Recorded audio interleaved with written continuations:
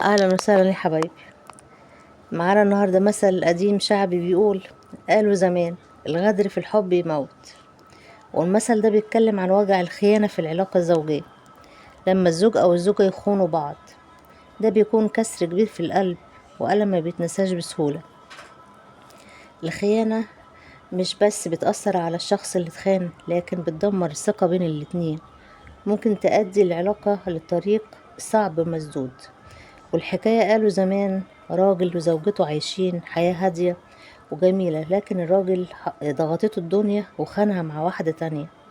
الزوجة لما عرفت قلبها اتكسر، وحست بغدر كبير من اللي كانت فاكراه سندها وعزوتها في الدنيا. والناس حواليهم قالوا الغدر في الحب يموت، يعني الخيانة بتقتل الحب والاحترام بين الاتنين، وكأنها موتت العلاقة، وهي بالفعل بتموت العلاقة. وطبعا الزوجة رغم الألم حاولت تسامحه، لكن الجرح فضل في قلبها. لكن عقلها كبير، فكرت في عيالها وبيتها ودنيتها. وطبعا لما الإنسان بيحب من قلبه وبيدي أمان وثقة، ويلاقي اللي قدامه بيغدر بيه ويخونه، بيبقى زي اللي قلبه اتكسر ودخله مات من الوجع. وعشان كده الناس قالت الغدر في الحب يموت، يعني الخيانة ما هياش غلطة وخلاص، لا دي ضربة بتكسر الروح وتموت الحب اللي كان عايش في القلب.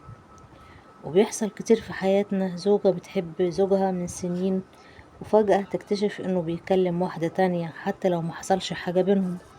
الثقة خلاص انكسرت، ووجعها بيكون زي الموت.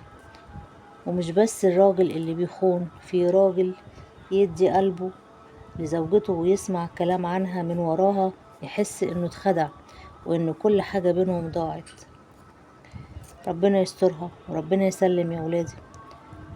ولو عجبكم الموضوع اشتركوا في القناة وفعلوا الجرس ودوسوا لايك وقولوا لي رأيكم في التعليقات. كانت معاكم جدة ملك، سلام يا حبايبي.